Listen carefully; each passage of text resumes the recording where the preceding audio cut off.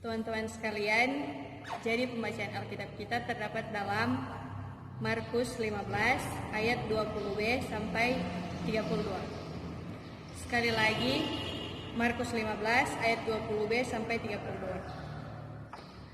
Dengan judul Yesus disalibkan. Kemudian Yesus dibawa keluar untuk disalibkan.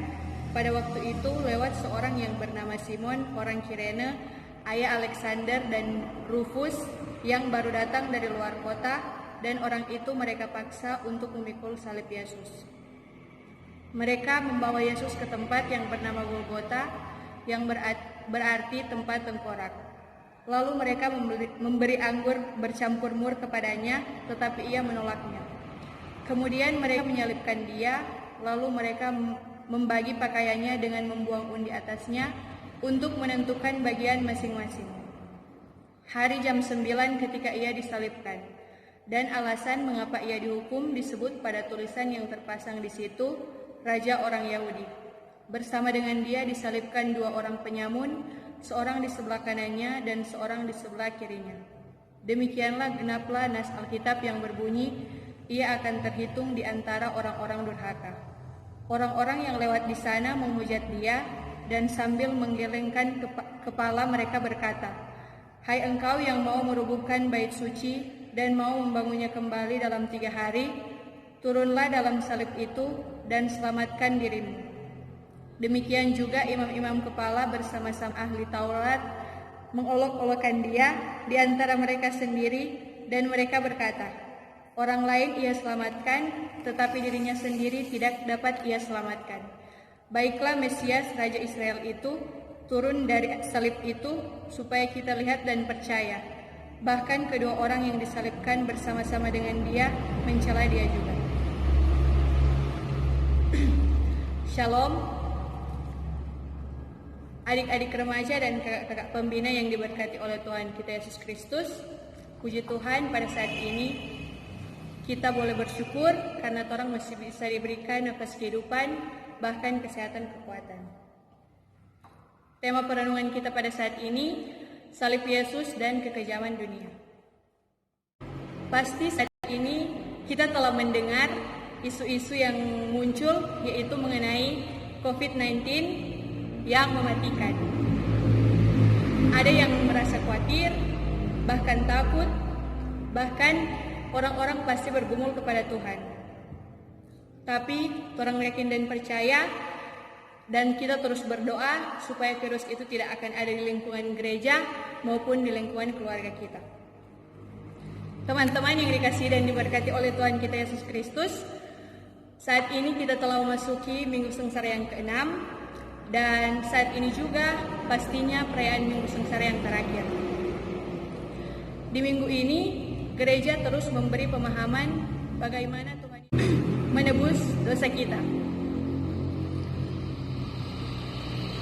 Sebelum Tuhan Yesus disalibkan, bahkan sesudah dia disalibkan, dia masih menerima hinaan, ejekan, bahkan diolok-olok. Coba kita renungkan, sepanjang jalan Tuhan Yesus pergi di Bukit Golgota, tempat Yesus disalibkan, dia terus dihina, bahkan disiksa, tetapi tidak bisa kita bayangkan bagaimana penderitaan Yesus pada waktu itu. Mereka menyuruh Tuhan Yesus untuk memikul salib yang sangat berat, padahal pada saat itu kekuatan dan tenaga Yesus sudah terbatas, sehingga para serdadu menyuruh Simon orang Kirene untuk membantu Yesus memikul salib yang berat tersebut. Dalam pasal 29 sampai 32, banyak orang menghujat dan mengolok-olokkan Tuhan Yesus. Bahkan mereka berpikir Tuhan Yesus tidak dapat menggenapi apa yang dikatakan Tuhan Yesus mengenai dirinya sendiri. Padahal penggenapan itu belum saatnya, karena sesungguhnya penggenapan Tuhan Yesus terjadi di atas kayu salib. Sebagaimana perkataan para nabi tentang Mesias, di mana Tuhan Yesus menggenapinya dalam penderitaan.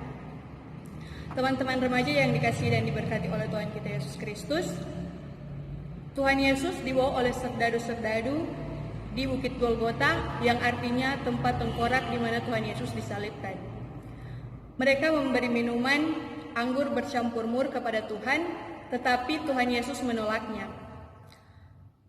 Anggur bercampur mur itu adalah minuman yang diberikan kepada orang-orang yang akan disalibkan pada waktu itu.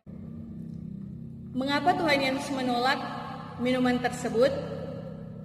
Artinya Tuhan Yesus rela menanggung penderitaan dan kesakitan sepenuhnya demi kita, umat yang dikasihinya. Pada saat Tuhan Yesus disalibkan, mereka bahkan membagi-bagi pakaiannya, bahkan mengambil undi supaya mereka mendapatkan bajunya masing-masing. Sungguh sangat keterlaluan. Tapi itulah kekejaman dunia, dan itulah yang terjadi sampai saat ini. Banyak dari kita yang masih tidak peduli dengan pengorbanan dan penderitaan Tuhan di kayu salib. Banyak remaja yang masih hidup berfoya-foya, egois, sibuk dengan kegiatan dan kesibukan sendiri, tidak peduli dengan orang lain, tidak peduli dengan ibadah. Bahkan saat ini banyak remaja yang hanya mementingkan kepentingannya pribadi selama 24 jam untuk urusannya pribadi. Mengubah status, berstory, bermain game, berjalan-jalan. Bahkan saat ini bisa kita lihat di kalangan remaja, banyak remaja yang ber-TikTok. Pokoknya 1001 macam dorang kesibukan, sehingga dorang melupakan Tuhan untuk datang beribadah. Lain kali dorang selalu lupa belajar, bahkan di rumah selalu lupa membantu orang tua. Sedangkan mau membantu orang tua selalu lupa, apalagi mau datang kepada Tuhan. Ada yang Mar sadar Jo, semoga nyenda ada di sini, cuma ada di sana. Mar kalau ada bertobat Jo. Adik-adik remaja yang dikasihi dan diberkati oleh Tuhan, sungguh luar biasa pengorbanan Tuhan untuk kita. Dia sudah berkorban bagi kita, bahkan mati di kayu salib. Salib itulah yang sudah menyelamatkan kita. Teman-teman semua, apakah yang harus kita lakukan sebagai wujud rasa terima kasih, bahkan wujud ungkapan syukur dengan apa yang Tuhan sudah lakukan bagi kehidupan kita? Apakah komitmen kita kepada Tuhan? Ingat teman-teman, saat ini dunia semakin kejam. Saat ini dunia semakin jahat. Untuk itu, sebagai remaja, mari kita bersatu dan peduli dengan orang petawang tamang yang sejarang datang beribadah. Mari torang pangge, torang rangkul, bahkan torang jemput pada orang untuk datang beribadah. Jangan sampai dunia rampas pada orang. Jangan sampai hal-hal duniawi yang menguasai pada orang. Kalau dorang hina pada orang, bersabar Jo. Mungkin ketika orang panggil pada orang mau ibadah, dorang akan bilang, "Setel jago Jo ngoni, sok suci." Mar, tenang-tenang Jo. Tetap rajin beribadah dan tetap setia untuk melayani.